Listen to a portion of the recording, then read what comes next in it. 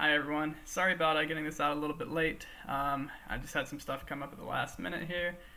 So I do just want to go ahead and get started. Today we'll be talking about Chapter 11. This is Customer Relationship Management and Supply Chain Management. So this chapter is really all about managing these customer relationships using information systems. We'll talk about the Customer Relationship Management System in particular.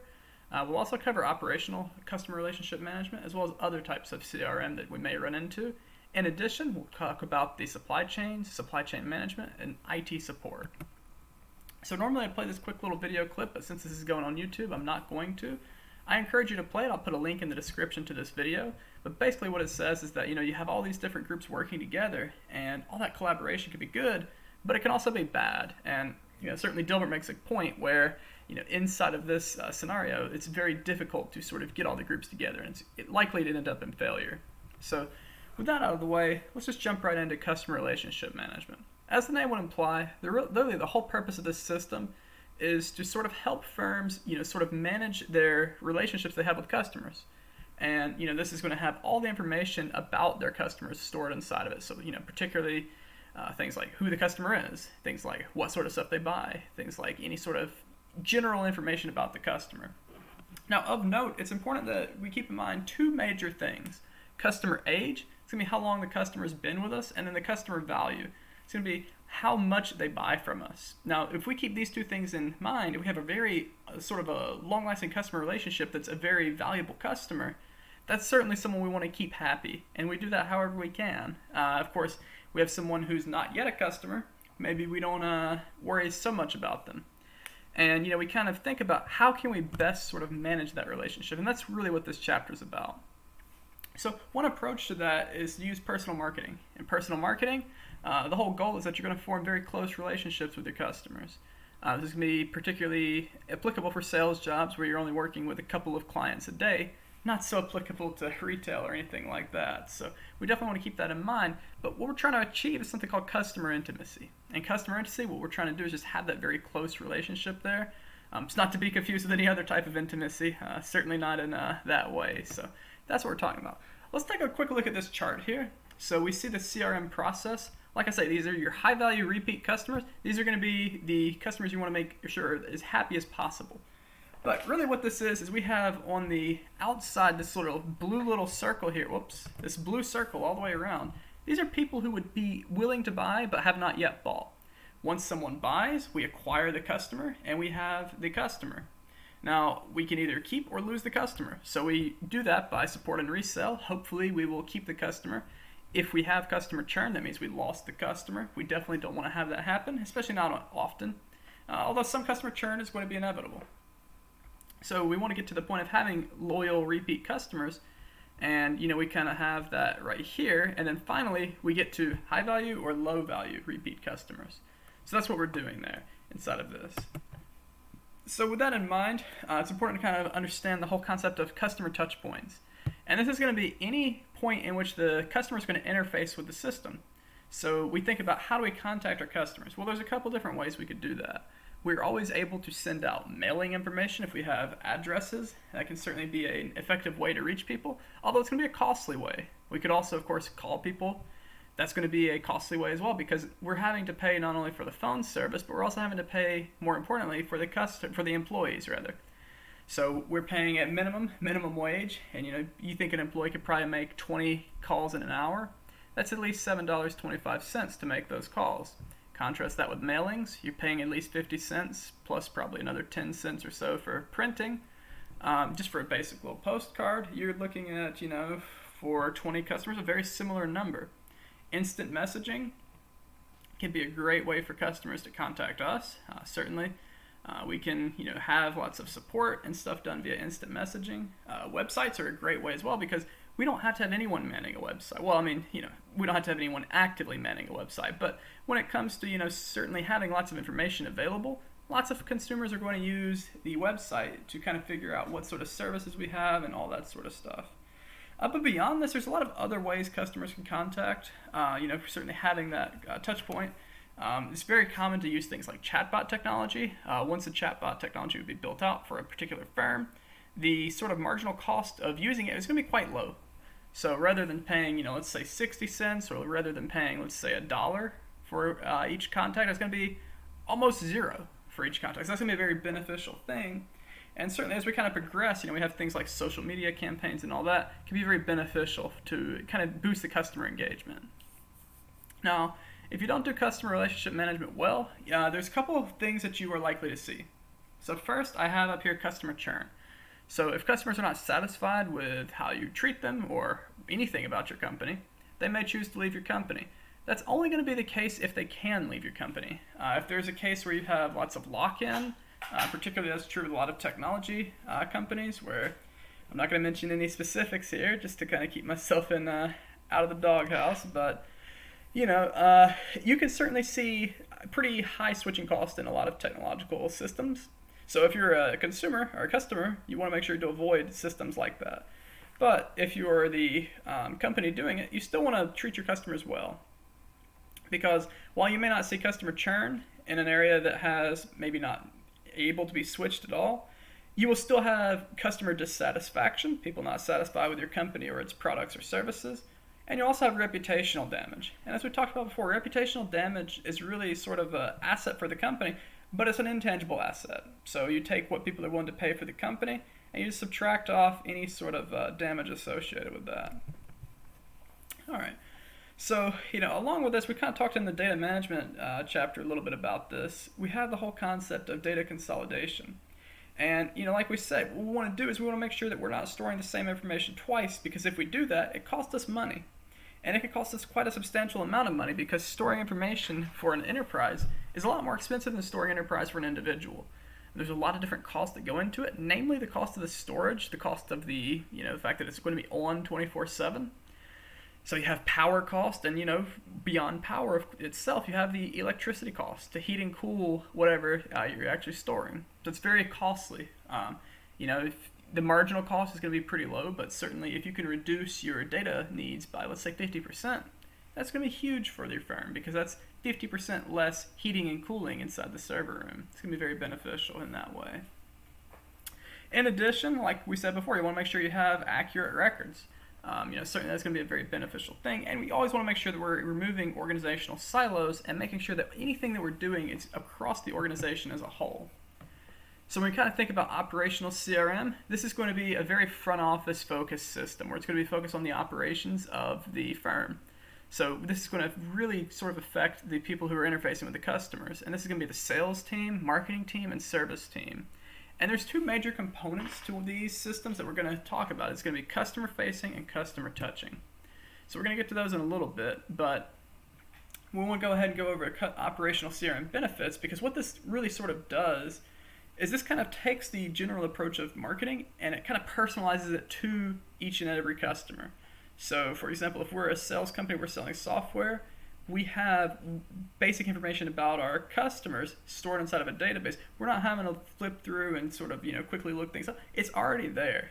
And that's going to really allow us to have a very complete and sort of a 360-degree view of each of the customers. Most importantly, though, this is going to give us access to easily see what they've purchased from us in the past, and maybe even what they've purchased from us from competitors. And these things combined with each other are going to really help us sort of increase our sales. And if we can increase our sales, we would anticipate being able to have a higher amount of profit. And of course, that's the goal of the business. So let's go back now and kind of talk about the customer-facing applications. This is where we're going to have part of a system that's going to not interact directly with customer, it's going to be interacting indirectly with them instead. And a lot of times this is going to be in the form of a customer interaction center. And a customer interaction center is basically like a new term for a call center, where customers are going to be contacting us, they're going to be emailing us, they're going to be chatting with us, all those sorts of things. And it's really our role to sort of facilitate that and to make sure that the customers are getting the assistance that they need. Another component of this is going to be Salesforce Automation. And like we kind of talked about, this is going to not only have the sales history and the customer information, but also potential customers. So we go back to the sort of chart we had earlier. This is going to include potential sales leads where we can sort of increase our revenue and increase our customer base. Now we also have customer touching applications. And this is where the customer just sort of interfaces with the system directly. So they're going to sort of go in and they're going to put in whatever information they want to. They can do, sort of sales and purchases online, that sort of stuff. It's all going to be an example of customer touching And this kind of differs because there's no intermediary. So here we had some sort of a sales personnel, some sort of a marketing personnel, not sure which, but depending on the system, they're going to have some sort of intermediary. Whereas the customer touching, there is no intermediary. And this is commonly going to be referred to as eCRM. So the E, of course, standing for electronic, I guess. And it's certainly going to be something where we're going to see a lot of this happen in terms like self-help. Or just a web store in general. So those are just two examples there where the customer can sort of directly go in and touch and get what they need to. So some things to kind of think about for eCRM. First, it's going to be very important that we have good searching algorithms and that we have our information organized in a very effective and logical way. Because if we can do this properly, it means we can have lower cost of wages. If we can reduce the cost of wages for a company, we can increase our profitability. So that's really the goal here, is to sort of get to this level to where we can have a very low sort of marginal cost of a sale. We talk about transactional cost sum, and that's going to be something we're really trying to lower that number, make sure that we're going to be as efficient as possible as an organization. But beyond that, not every customer is going to be the same, so it's very important that we sort of take this approach and we customize it to the customer, and that we make sure that it's not just focusing on the products and services we're providing and offering the customers, but also just making sure the appearance is customizable.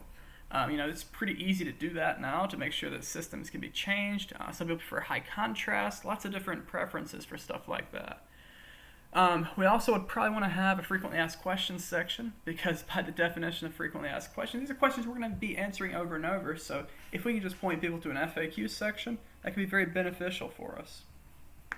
So we've kind of talked about chatbot technology a little bit already, but we could also have a loyalty program to where the more customers purchase from us, the more sort of perks that they get. And that can not only encourage people to be loyal to the firm, but it can also encourage them to purchase more than they otherwise would. So that could be very beneficial as well.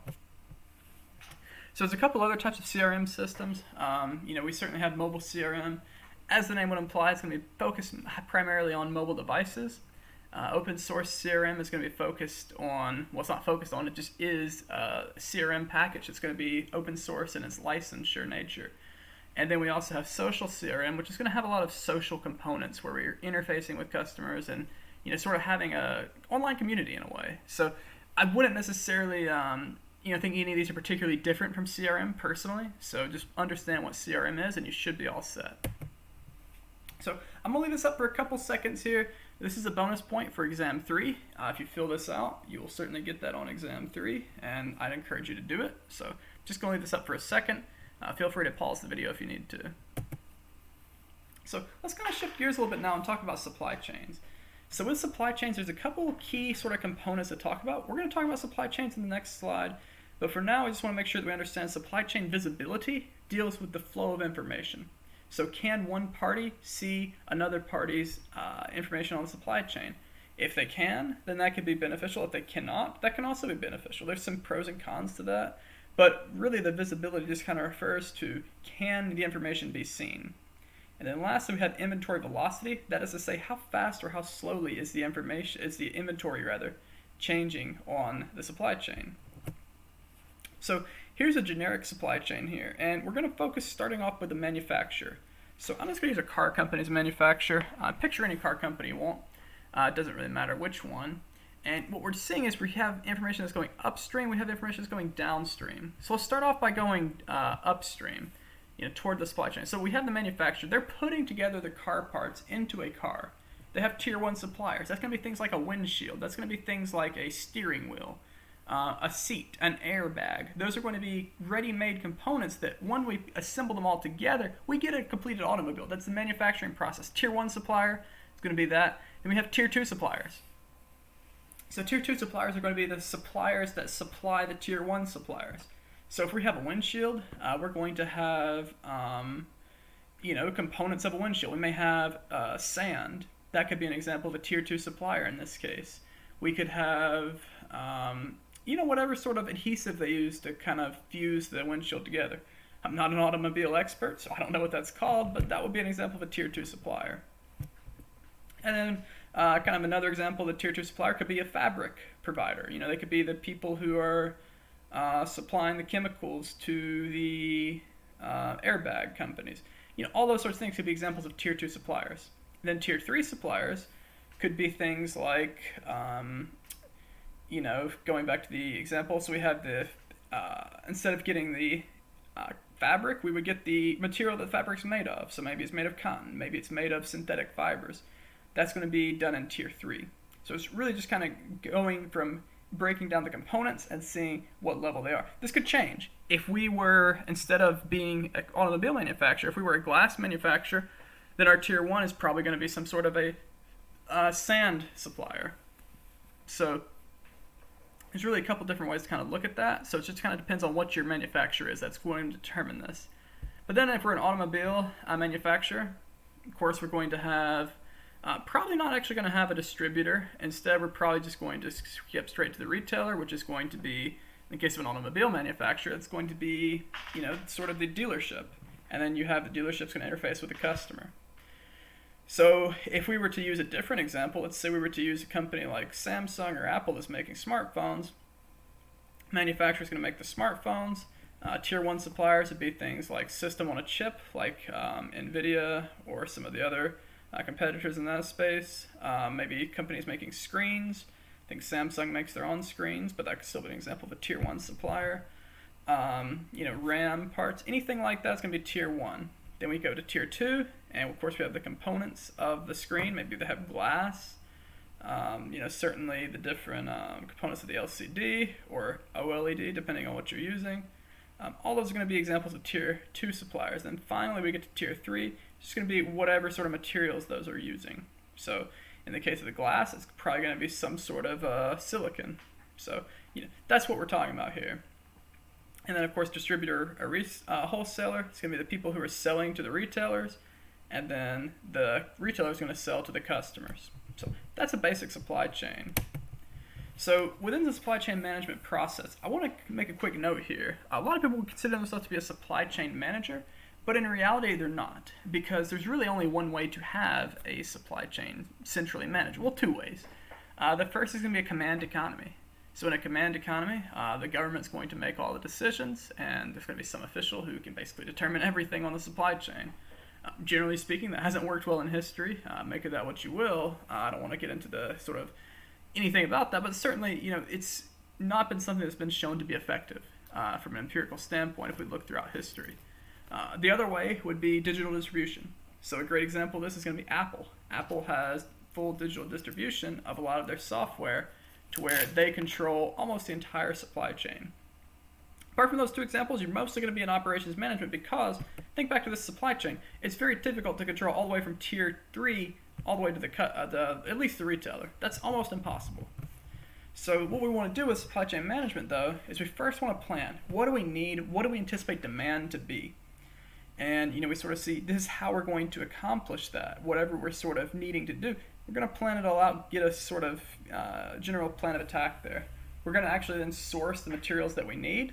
Once we've sourced the materials that we need, we then assemble the materials in the make phase. Once we've sort of made the product, we finish that, then we deliver it. So we give it to retailers. Retailers are going to give it to customers. And then lastly, if there's any sort of problems with it, we're going to do service, or in this case, it has return. So these are sort of the 5 major phases of the supply chain management cycle. And, one of the main goals of this is to sort of reduce transactional costs. And we can do that using the interorganizational information system. So looking at this supply chain here, like I said, it's very unlikely there's going to be a single company controlling all aspects of this. Could happen, but it's rare. So we actually have different organizations that are sort of a part of this. So what we want to have happen is we want to make sure that they're all able to sort of share information. And we can do that with a single organizational system that's not only going to remove information silos within one company, but it's going to remove information silos within an entire industry.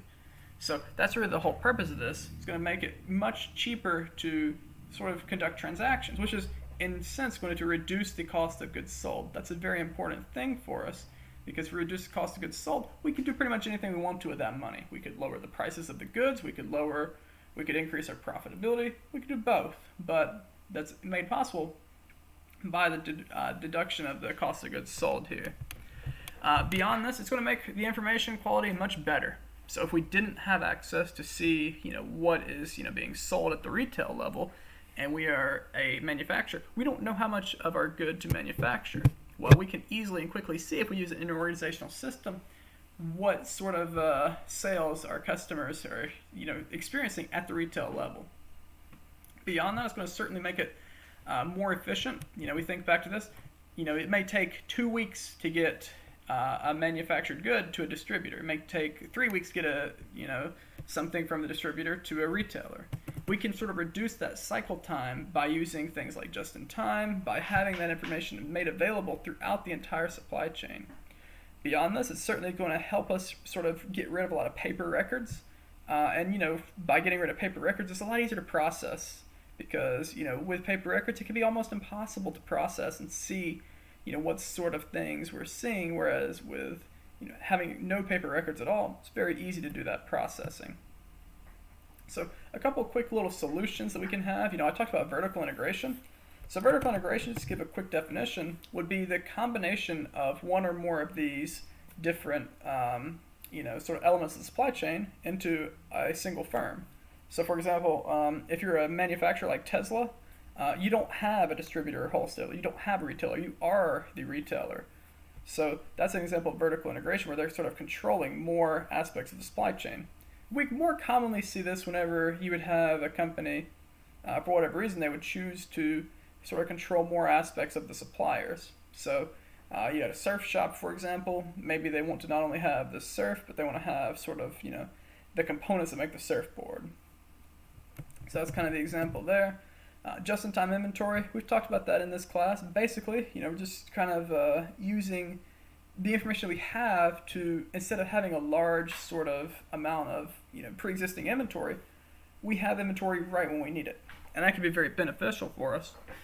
And basically, what that's going to do is that's going to make, instead of the manufacturer have excess material, it's going to make the earlier tier suppliers have excess material, which is a good thing because, generally speaking, once it gets to the manufacturing phase, it's almost always going to be non-reversible. So if we did manufacturing, it's typically not going to be easily reversible. Whereas if it's in the supply phase, we could still do a lot of other stuff with it. So if we had sand and we made it into a specific size glass, it's very difficult to get that specific size glass back to sand. I believe it's technically possible, but it would not be feasible given the energy required to do so. Then we also have the whole concept of sharing the information across the supply chain. It's going to be very beneficial for us. And we also could see a case of vendor-managed inventory. This would be particularly true in a lot of food, like bread, for example, is often purchased on consignment, to where the vendor sort of is very well versed in the demand and supply for their particular product. So they actually own the bread that's on the store shelves in most of the grocery stores in America. And that's able to sort of reduce a lot of waste that would otherwise potentially happen. And it's worked well for bread. It's worked well for some of the other produce that does that practice as well. But not all the practices occur in that way. So a couple different things to talk about for supply chain management in terms of IT. We have the whole concept of using electronic data interchanges. And basically, like what we just said, it's an interorganizational system that's going to allow us to, sort of exchange any sort of data that we have. This is commonly going to be seen on an extranet. So an extranet is going to be sort of a network that's going to be involving multiple organizations. And it's going to allow them to share files, to share, any sort of information they want to. And it's going to be an actual network, basically. This kind of contrasts with a portal and exchange. A portal and exchange is just going to be a website that holds, this sort of information. So instead of being a network, it's going to be a specific website. Okay, so just kind of wrap things up today. We talked about customer relationship management. We also talked about supply chains. Next class, we're going to pick up and we're actually going to do some examples of things with supply chains. I think it's going to be pretty neat. So anyway, thanks for attending. I hope everyone has a great day. I do apologize for having to cancel class today.